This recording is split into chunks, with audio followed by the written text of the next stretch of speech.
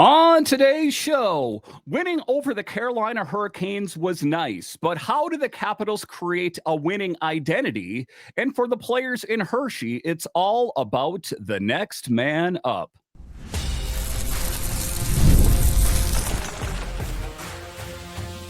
Your Locked On Capitals, your daily podcast on the Washington Capitals.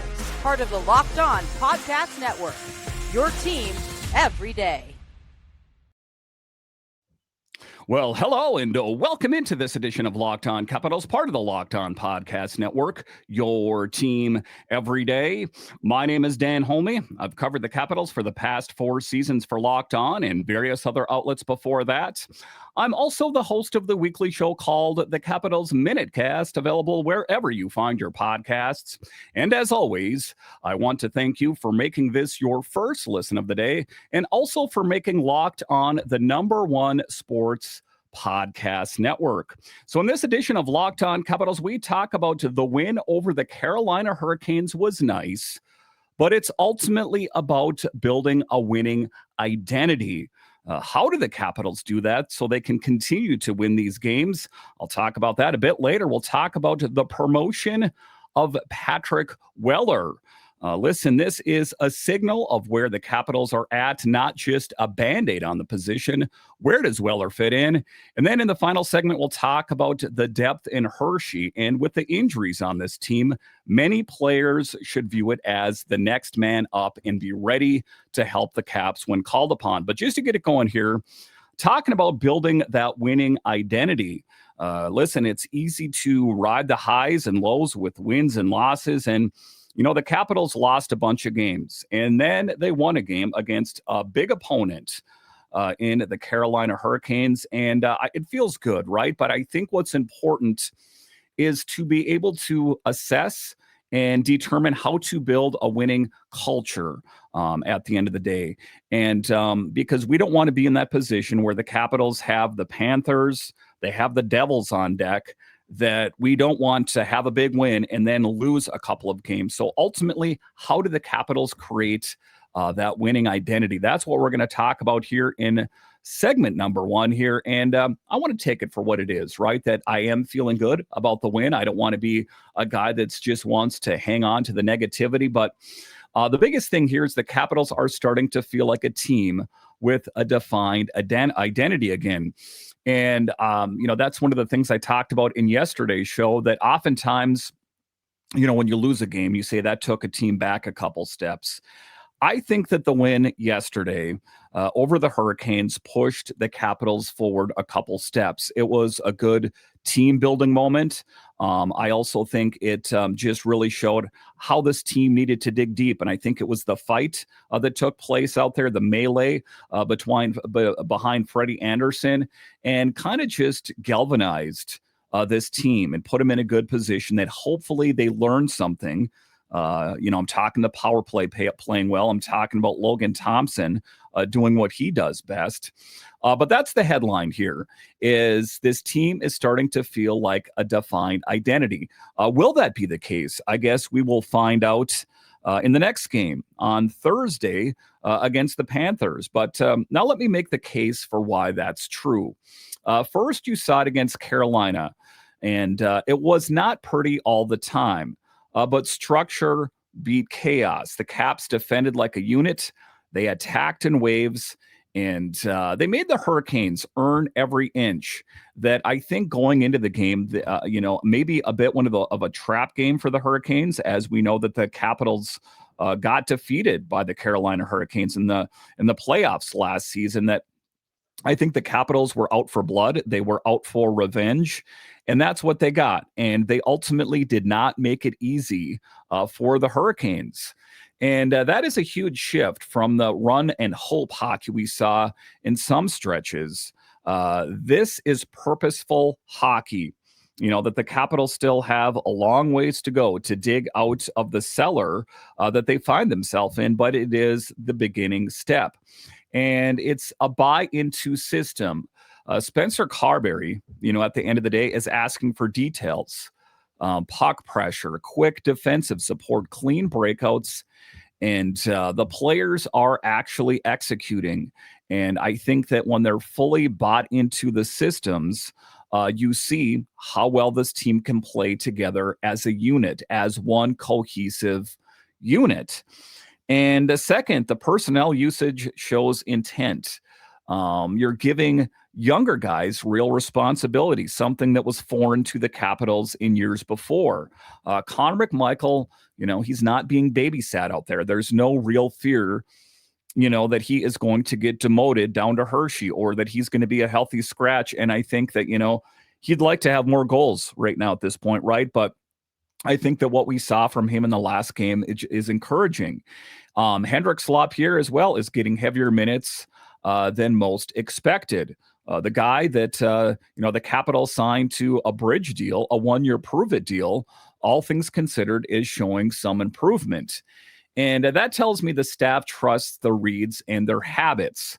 When the coach trusts you with the hard minutes, that's confidence passed down from the bench. And that's one of the things I like about Spencer Carbery. He's not afraid of giving out, the tough love. He's also going to be your biggest cheerleader when you're playing well.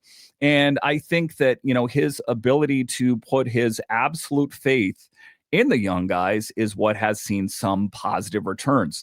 Now, to be clear here, I don't think the Capitals are out of the woods yet. I still, despite what we saw in the game against Carolina, that they should still, make a big acquisition so we don't find ourselves in those kind of positions again.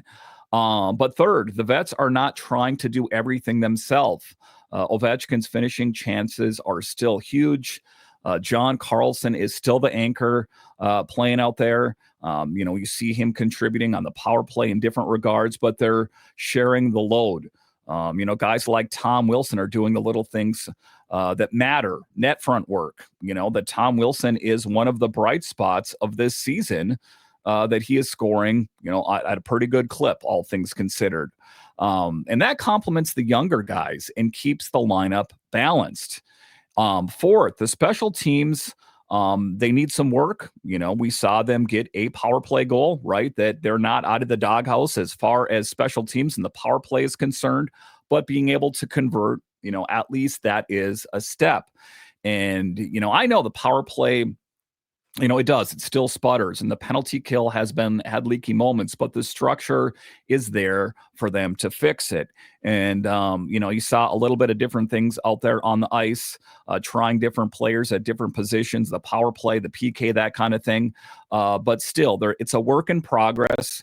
And I know that Spencer Carbery is going to be the guy that's going to fix it. Again, they don't hand out the Jack Adams Awards to anybody. And when your 5-on-5 identity is stable, special teams usually follows because it sets plays and the habits translate. That I think, it's one of the things. There's not a lot that needs to change about the Capitals if they could rectify and fix the power play, for example, where they could convert on a higher percentage. Then, more of these games would have been won. And I know that's not a novel thought. It's kind of like a no duh, right, Dan? But that is the case. And it's one of the things that, I think the Capitals, if they want to build, that winning identity, that winning culture, that's what they have to do. And finally, the tone in the locker room. I think that, after that win, it seemed like the team was closer than we've seen before. And to be clear, I mean, you talk about last season and it was said that it was one of the most closely knit locker rooms in the entire NHL. And I think that oftentimes when your team, isn't playing well, it's easy to start pointing fingers. I don't really see that as being the case. I still think that the vibes around the locker room are good, but the vibes only go so far. If they can turn that positive locker room presence into winning hockey, then I think that, the overall vibes, the chemistry amongst the players are going to be a lot better. And it's, the players holding each other accountable, and it's not pointing fingers. It's help lifting each other up. What did you see in the last game? You saw Ethan Frank, right? And his contributions and kind of a questionable future to go into this season. At least here as of late has done a pretty good job, right? Assisting on the goal there early in the game with Duhaime. That there are definitely moments there that I think the Capitals can build on. So yeah, the biggest takeaway: identity. It isn't glamorous. It isn't headline grabbing, but it's necessary. And the biggest thing is that it is a work in progress. Again, a positive building block. I hope that the Capitals can, continue that down the road, as they got big opponents coming up with the Panthers, and the New Jersey Devils are really good, if you haven't taken a look at the standings. So hopefully the Capitals can harness what they learned in that game and not fall back into bad habits. All right, so coming up here after the break, it is official. Patrick Weller is the new assistant coach. Not a Band-Aid, a sign of where this team is headed. What is the move, and what does the new contract for Patrick Weller mean for the Capitals? I'll discuss straight ahead.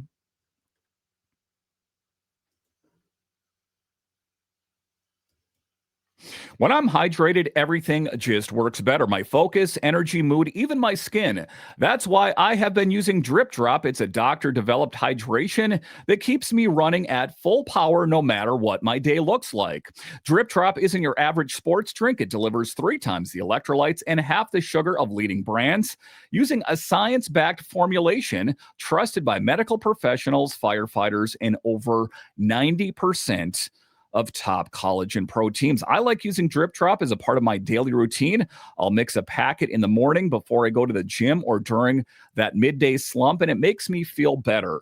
Sometimes you go about your day and you forget about hydration and how important that is. And then after you take a nice drink of Drip Drop, it's my go-to. I feel that much better. It helps me take on my day. So right now, Drip Drop is offering our podcast listeners, 20% off your first order. Go to dripdrop.com and use the promo code LockedOnNHL. That's dripdrop.com, promo code LockedOnNHL for 20% off. Stock up now before the heat hits hard, and keep your body and mind performing at their best with Drip Drop.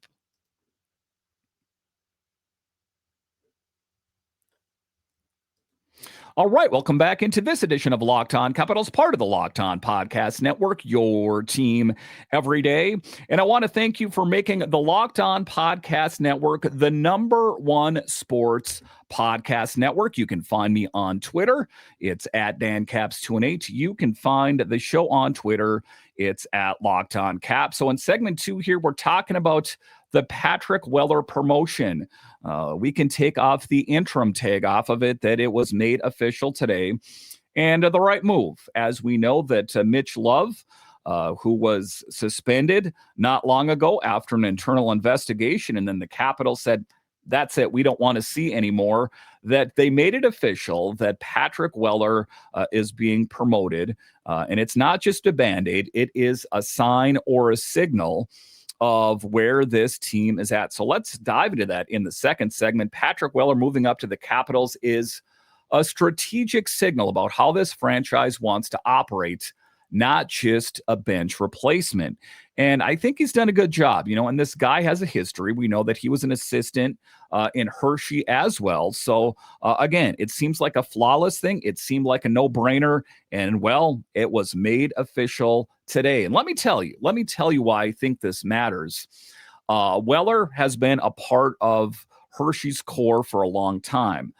He helped teach a brand of hockey that values structure, accountability, and detail. And I think that cycles in well with how Spencer Carbery thinks about things, and bringing him into the NHL staff is the organization saying, we want continuity. We don't want to bring another outside voice that maybe doesn't share the same thoughts that the Capitals organization and Spencer Carbery has. So it was the right move. We want the same blueprint applied from the AHL to the NHL. And like I'll talk about in the final segment of the show, is we want continuity, because you can expect that some players at some point, we've already seen a bit of it, but we'll see more of it, players called up from Hershey when injuries arise or inconsistent play. Now, this is important for 3 reasons. Number 1, player development. When the AHL and the NHL coaches speak the same language, young players transition much more smoothly. And there's not different systems. I know that a different head coach this season. But I think all things considered, it has been pretty seamless for Patrick Weller. And you take a look at it, a rookie defenseman or a forward promoted midseason doesn't have to relearn the systems if they are, as a matter of fact, the same systems in Hershey. That saves time and it boosts confidence. So there's not the fear of a learning curve. Like, am I going to do things the right way or the wrong way? And like I said, it ultimately reduces that rookie panic. And that is huge for a young guy, in some cases, their first sip of coffee in the NHL. And, the number two thing here for me is culture reinforcement. Weller is not a stopgap. He is a culture carrier. He's going to reinforce the habits that the Capitals want and help the development of the young players. And the AHL is the number one developmental league in North American hockey. And he was a big part of that in Hershey. And that means, practice intensity, defensive responsibilities, and the kind of everyday work that doesn't show up in the highlight reels but wins games. Now, if there were some great gaffes on the defense, I'd say maybe he wasn't the guy. I didn't really have any fear of that, but just how it seems to have flown so seamlessly is what is encouraging for me. And number three in all of this, coaching continuity across tactical implementation. That there is a different style of hockey played in each and every team, around the 32 teams in the NHL, some with some common characteristics, but to be able to roll out that tactical implementation to the players that are getting called up and to the guys on the big team is huge. If Carbery wants the same defensive zone structures or the same breakout reads carried out in Hershey, Weller can ensure that the young guys are already primed for it. That reduces friction and speeds the learning curve. And I think that's why it was a no-brainer. Initially, we didn't know what the story was going to be about Mitch Love. Was he going to miss a month or two? When it was made official that he was no longer a part of the Capitals organization, it seemed like a hand-in-glove situation. And look, as a listener, you might think this is an internal staffing move. And, it kind of is. But the ripple effects are real. When coaches share the same approach, players get cleaner instructions, mistakes are corrected the same way, and habit formation becomes organizational. And you take a look at it. One of the things that's said about Spencer is he is a master communicator, that you don't walk away from the locker room or, any kind of instructional session with Spencer Carbery and go, I wonder what he meant by that. He is very clear. And one of the, feathers in his hat, I guess you could say, is how great of a communicator he is. So that's the big takeaway with Patrick Weller being on the Capitals in a permanent role, not an interim thing. It's not a patchwork. This is a direction that the Capitals want to go in. And it's one reason I'm optimistic about the Caps' depth, the way they integrate prospects and coaches like this, that it always appears to be very seamless. And now, when you got a guy that, might get a call-up, like Chesley, for example, that he's doing great things down there, and Belpedio and these kind of guys, that, if they call up, there's that rapport. There's the continuity between Hershey and Washington that I think is something that's not easily quantifiable, but it's something to watch. And, at the end of the day, it's sensible hockey management. And honestly, it's a smart, long game move. Because listen, the Capitals have struggled. I have no doubt that they will find out a way to come out in the better, and then they'll be able to do that with the great coaches that we have in Washington and in Hershey. All right, so coming up here after the break, we'll talk about the state of the Hershey Bears and how for a lot of these players, they must be prepared to be the next man up. I'll discuss next.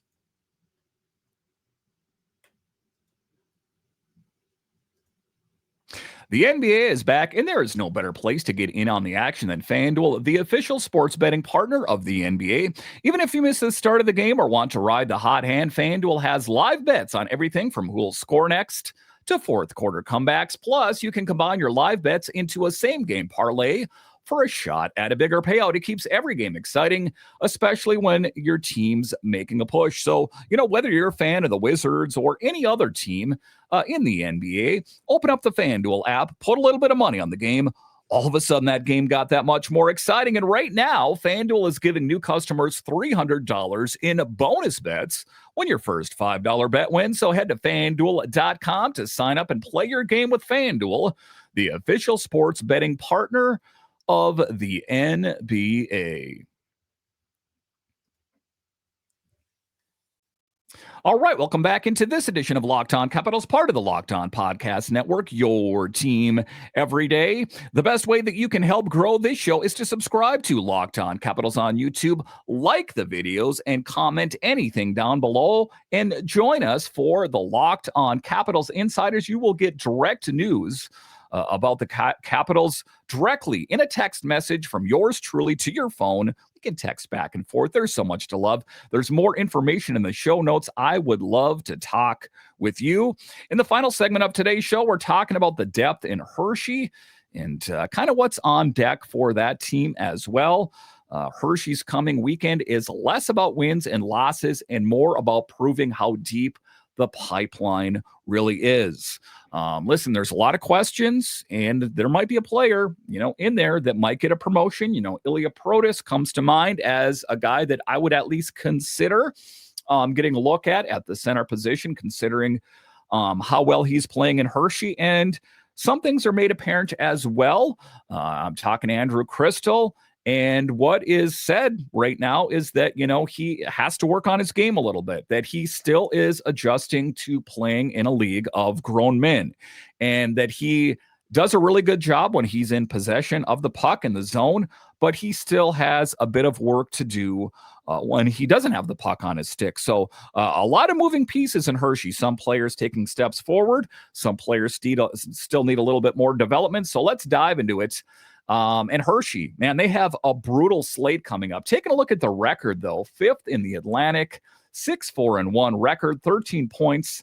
I guess as I look at it, they're actually tied with the Checkers there. So it's still tight there, but all things considered, I think Hershey's playing rather well. But coming up, it's not going to be easy for our guys in Chocolatetown either. 3 games in 3 nights, that's always a stress test. Fatigue, travel, and quick turnarounds force teams to show who can handle real pro minutes. And just if you want to make it to the games, they open in Syracuse on Friday. Then it's back-to-back against Lehigh Valley, Saturday night in Allentown, and then Sunday back in Hershey. And that swing from a late start one night to an early start the next afternoon is exhausting. And, the guys in Hershey, it is, there's more games in clumps, I guess you could say, than there is necessarily in the NHL.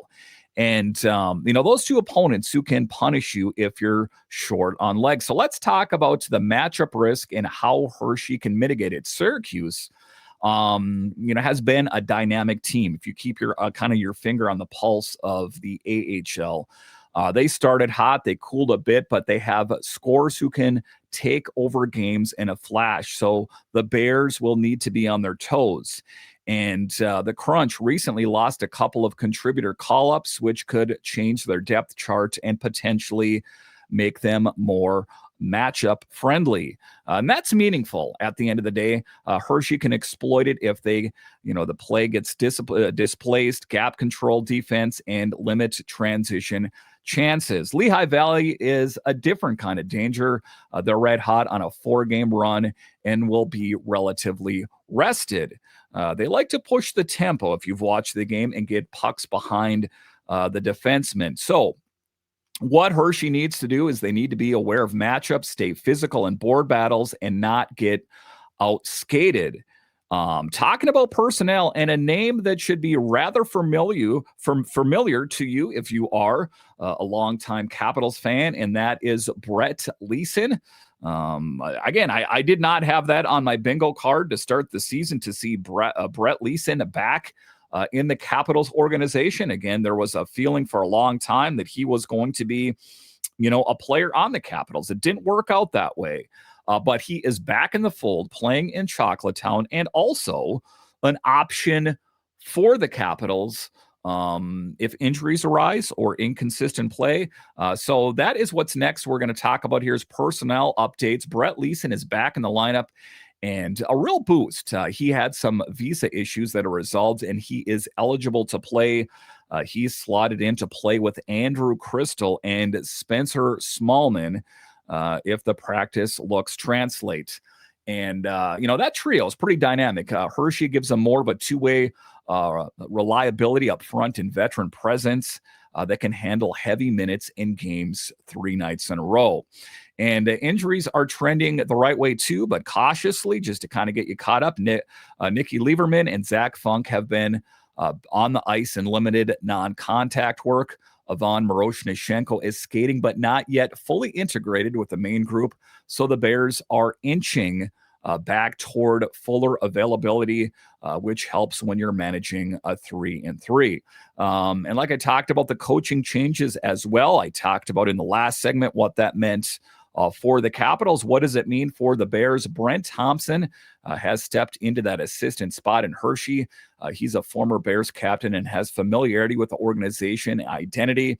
That should smooth the transition and keep the defensive structure intact. Again, it was good for Weller to stay with the Capitals and now Thompson, that there is some continuity there. But talking about players, again, just to get you guys caught up with what's going down on the farm, Ryan Chesley has been quietly effective for a rookie defenseman. Again, a guy that played for the U of M, the University of Minnesota, has really kind of stepped up his game. And one of the things that they said they wanted him to work on is offensively. 5 points in 10 games is not a fluke.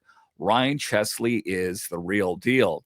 And that kind of offensive upside from the blue line matters in a tight league. And I think, if he can continue on that trajectory, a real possibility as a call-up for the Capitals. Again, it's kind of a wait and see here. Sam Bitten, again, a newer name, as we know that was what happened somewhat recently here, has made an instant impact offensively in limited action. Matt Strome and Henrik Rubinski are leading the team in points. So you take a look at the state of Hershey, the balance between young defensemen chipping in and forwards finding ways to score is the whole point of a successful AHL group. And I don't need to tell you that team, the Hershey Bears, they know how to win games, and they have the Calder Cup championships to prove it. So what is the weekend reveal for the Capitals? Depth, my friends, depth. If Hershey can roll 4 lines, keep the defensive pairs fresh, and survive 3-3 without a major drop-off, that's evidence the Caps have reinforcements who can, be called upon, if, inconsistent play or injury. If injuries or fatigue crater Hershey's output, it exposes where the Caps might need to plug holes or be cautious with midseason call-ups. Again, what are some of the things that we know? There was a pretty big exodus of players from Hershey over to Europe, so they needed to plug a lot of holes. And it is those holes were plugged with a lot of great AHL talent, some young talent, some, I'm talking Ilya, I'm talking, Andrew Crystal, these kind of guys that they are revered as some of the next wave of the Capitals. And to put it bluntly, this weekend is like a pressure cooker, and pressure cookers either make champions or reveal weaknesses. So a lot at stake for the Capitals, this week. I'm talking about the Panthers, I'm talking about the Devils, but also to keep a mindful eye of what is going down on the farm in Hershey as well. Hopefully that team can continue to play well. Hopefully more injured players come back, but all things considered, feeling relatively positive, cautiously optimistic, I guess you could say, that they picked up a big win. The Capitals, that is, over Carolina. Hopefully they learn something, right? And hopefully we can continue to keep rolling ahead with some really great wins. Listen, I want to thank you for joining me on this edition of Locked On Capitals, your only daily year-round podcast covering the Capitals. And now for your second listen, check out the all-new Locked On NHL Game Night. Every game, every night until a Stanley Cup champion is crowned. Get local analysis on a national scale. Find NHL Game Night on Locked On NHL or on Locked On YouTube, or wherever you listen to podcasts. All right, once again, I want to thank you for joining me on this edition of Locked On Capitals, part of the Locked On Podcast Network. It is your team every day. My name is Dan HOLMI, and I'll talk to you again next time.